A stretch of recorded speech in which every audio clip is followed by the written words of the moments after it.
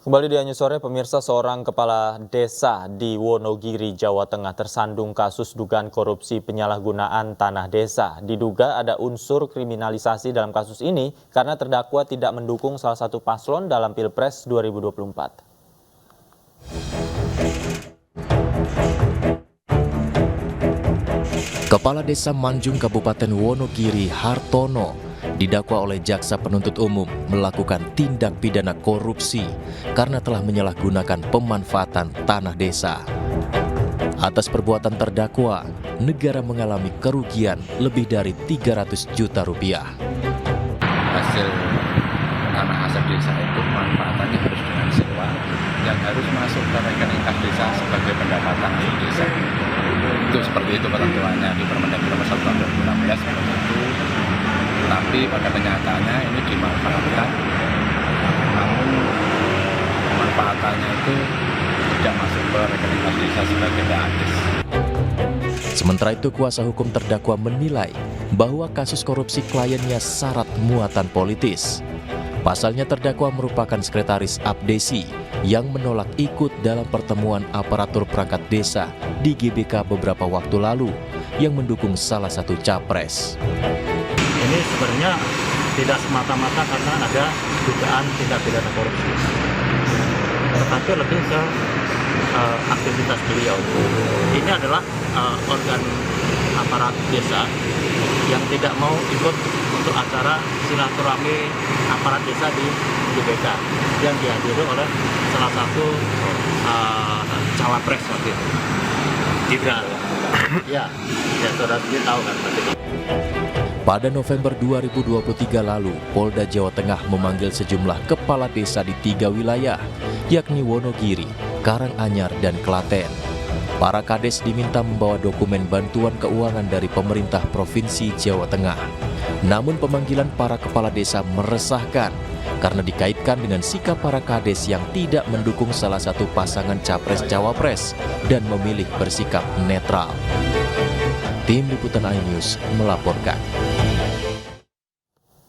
Dan untuk membahas informasi selengkapnya, kami telah terhubung dengan peneliti Perkumpulan untuk Pemilu dan Demokrasi atau Perludem, Ihsan Maulana. Selamat sore, Mas Ihsan. Halo, selamat sore Mas Davi. Mas Ihsan, kalau kita berkaca pada informasi tadi, ada kades yang ternyata dipidanakan begitu karena diduga ada indikasi tidak mendukung salah satu paslon pada saat abdesi deklarasi. Tanggapan Anda seperti apa? Iya, yang jelas tindakan kriminalisasi ya terhadap kepala desa yang menjaga netralitasnya itu sungguh sebetulnya menciderai asas dan prinsip demokrasi. Apalagi kalau kita lihat di dalam Undang-Undang Pemilu yang harusnya dijaga dan dilindungi adalah aparat desa. Karena kalau kita lihat aparat desa yang netral itu merupakan satu keharusan yang didesain di dalam Undang-Undang Pemilu kita. Bahkan kalau kita lihat misalnya ya pasal 280 ayat 2 Undang-Undang Pemilu itu disebutkan larangan dalam kampanye itu adalah melibatkan kepala desa dan perangkat desa. Jadi sangat disayangkan kalau ada kepala desa atau perangkat desa yang menolak untuk ikut cawe-cawe begitu ya atau tidak netral, kemudian justru kepala desa yang netral ini yang dikriminalisasi, itu sangat tidak sesuai semangatnya dengan apa yang diatur di dalam Undang-Undang Pemilu. Selain itu juga bahkan ya untuk menjaga netralitas kepala desa supaya mereka betul-betul netral dalam konteks penyelenggaraan pemilu, pasal 280 dan 282 Undang-Undang Pemilu itu memberikan sanksinya adalah pidana dan juga denda. Ini memang kalau kita lihat untuk menjaga bagaimana kepala desa agar tetap netral. Tapi sayangnya ya sangat disayangkan kalau ternyata kepala desa yang menjaga netralitas itu yang justru dikriminalisasi.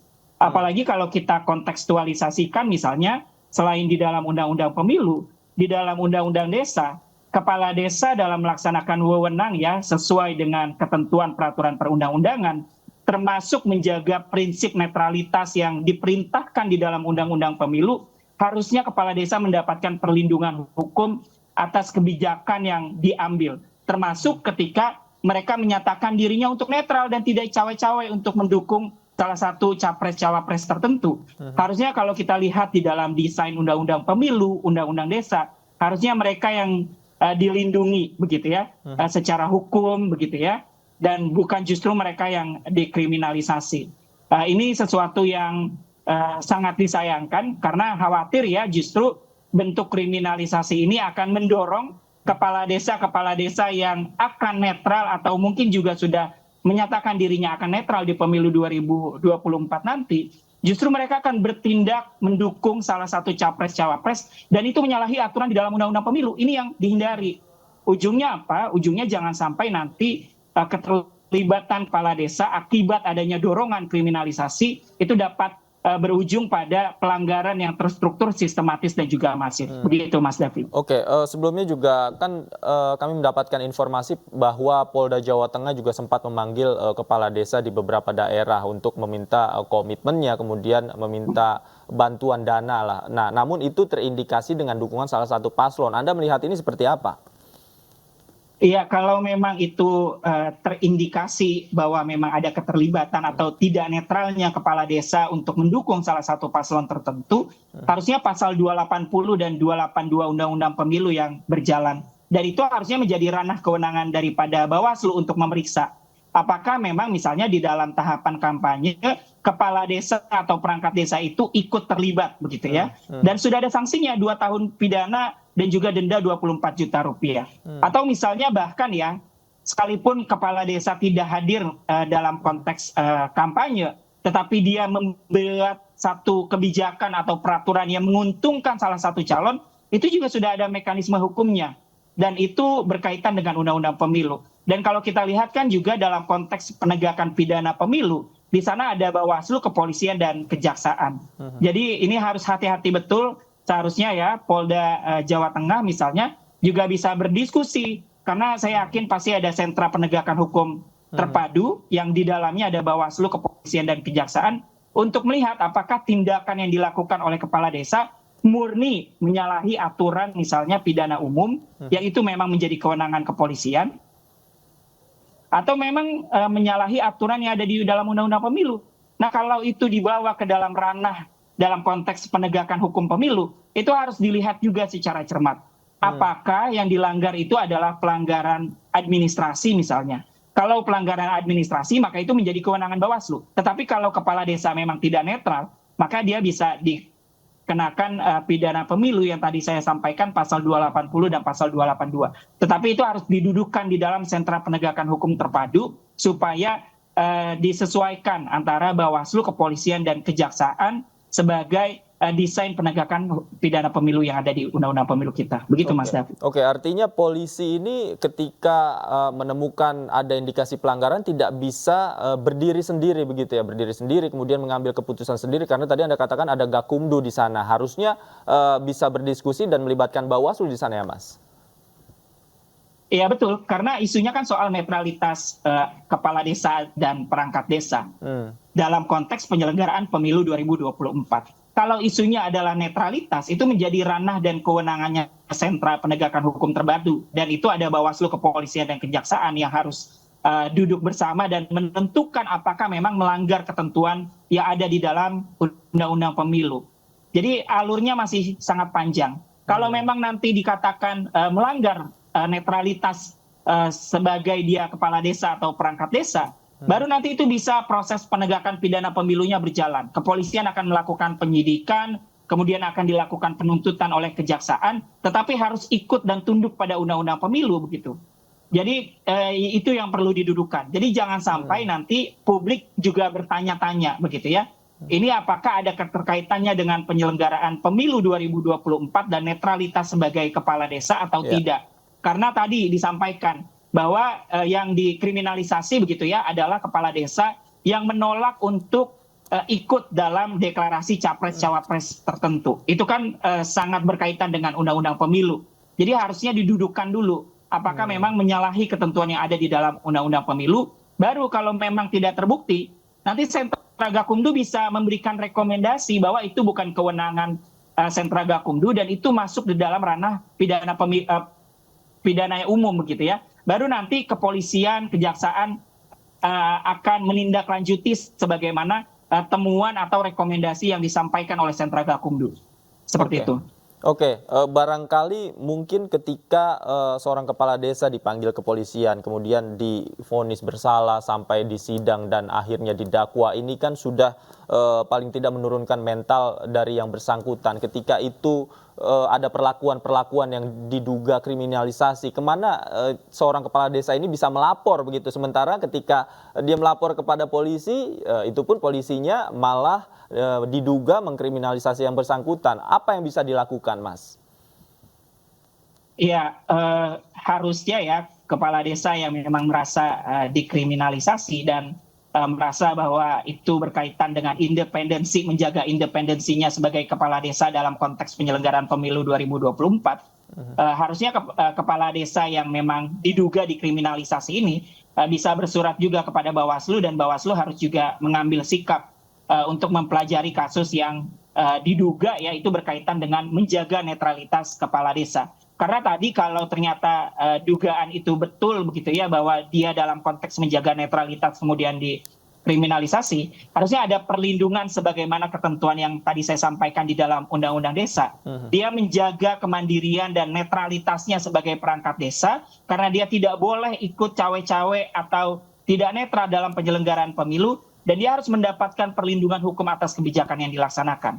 Nah, selain itu seharusnya ya juga kepala daerah mengambil peran untuk melindungi kepala desa yang menjaga independensi dan netralitas dalam penyelenggaraan pemilu. Karena bagaimanapun kepala desa itu merupakan kepanjangan tangan secara struktur di bawah dari perangkat daerah begitu ya. Jadi harusnya ada skema perlindungan hukum kalau kita baca di dalam Undang-Undang Desa, karena menjaga netralitas kepala desa dalam konteks tahapan penyelenggaraan pemilu itu bagian dari kewajiban kepala desa sebagaimana Undang-Undang Desa, dan itu harus dilindungi.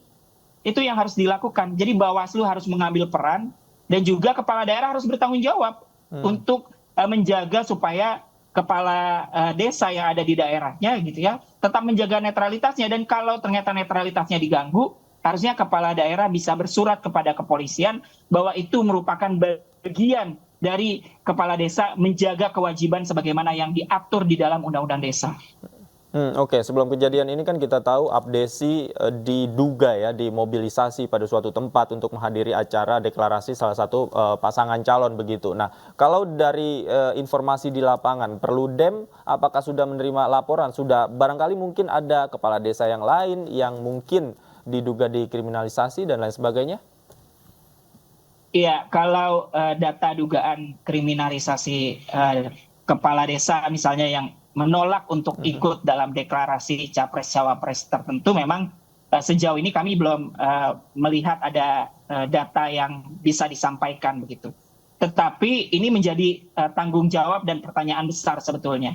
Untuk menjaga independensi dan netralitas penyelenggara pemilu, itu harusnya juga bisa data-data dan perlindungannya itu bisa disampaikan oleh Bawaslu. Apalagi kita tahu ini sudah masuk tahapan kampanye, 45 hari lagi kita akan menuju hari pemungutan suara. Harusnya untuk menjaga netralitas dan juga apakah ada kepala desa yang diintimidasi atau bahkan dikriminalisasi, ini harusnya kita serahkan ke penyelenggara pemilu khususnya Bawaslu untuk bisa menyampaikan kepada publik, dan Bawaslu bisa berkoordinasi dengan penegak hukum yang ada seperti kepolisian dan kejaksaan. Oke, artinya tanggung jawab memberikan informasi bagaimana perlindungannya kepala-kepala desa, kemudian bagaimana tindakannya itu ada di tanggung jawabnya ada di Bawaslu ya, dan ini penting sekali untuk diketahui oleh masyarakat. Terima kasih Mas Ihsan Maulana sudah bergabung bersama kami di iNews Sore. Selamat sore, sehat selalu.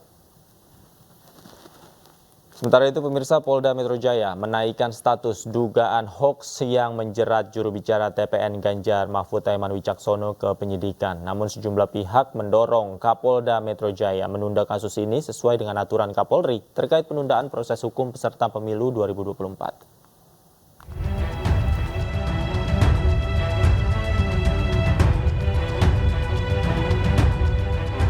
Kasus juru bicara TPN Ganjar Mahfud Aiman Wicaksono memasuki babak baru.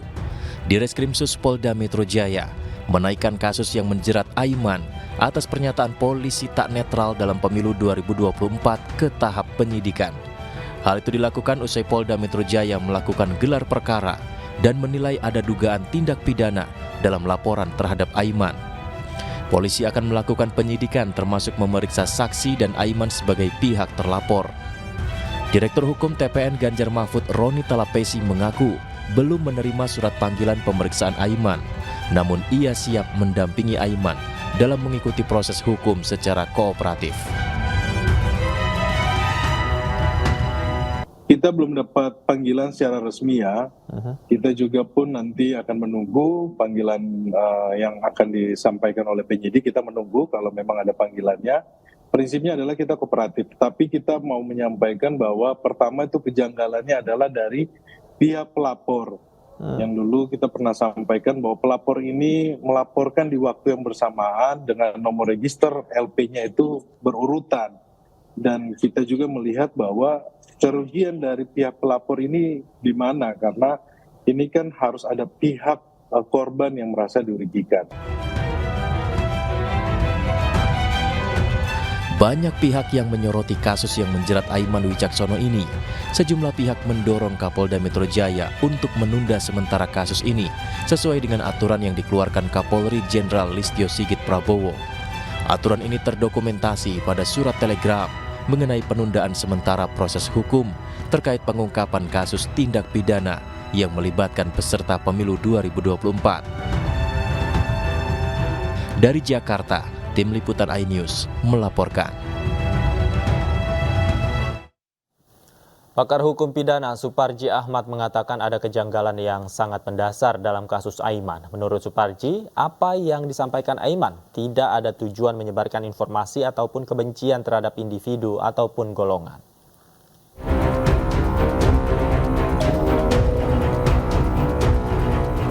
Secara mengejutkan, Polda Metro Jaya menaikkan status dugaan hoaks yang menjerat juru bicara TPN Ganjar Mahfud Aiman Wicaksono ke penyidikan. Polemik pun terus bermunculan, bahkan pakar hukum pidana mengatakan ada kejanggalan mendasar dalam kasus Aiman. Pada tingkat penyidikan yang menunjukkan adanya peristiwa pidana tadi adalah sebuah kejanggalan yang sangat mendasar. Mengingat apa? Karena yang disampaikan adalah bukan dalam konteks memenuhi unsur sebagaimana pasal 28 ayat 2 Undang-Undang TI. Tidak ada makna dengan sengaja untuk menyebarkan berita, informasi yang bertujuan menimbulkan kebencian atau menimbulkan permusuhan kepada individu atau golongan berdasarkan suku, agama, ras, atau antar golongan. Suparji Ahmad juga menambahkan bahwa konten yang disampaikan Aiman tidak mengandung makna supaya membenci kepolisian. Konten atau isi atau substansi yang disampaikan oleh Aiman tidak mengandung makna supaya membenci kelompok, apakah ini kepolisian, berdasarkan suku, agama, ras, antar golongan, tetapi lebih pada konteks memberikan peringatan, memberikan sebuah sinyal agar tetap netral. Sebelumnya banyak pihak yang menyoroti janggalnya kasus yang menjerat Aiman Wicaksono ini. Sejumlah pihak bahkan mendorong Kapolda Metro Jaya untuk menunda sementara kasus ini sesuai dengan aturan yang dikeluarkan Kapolri Jenderal Listio Sigit Prabowo. Tim Liputan iNews melaporkan. Calon Presiden nomor urut 3 Ganjar Pranowo optimis hadapi debat ketiga pada 7 Januari 2024 mendatang.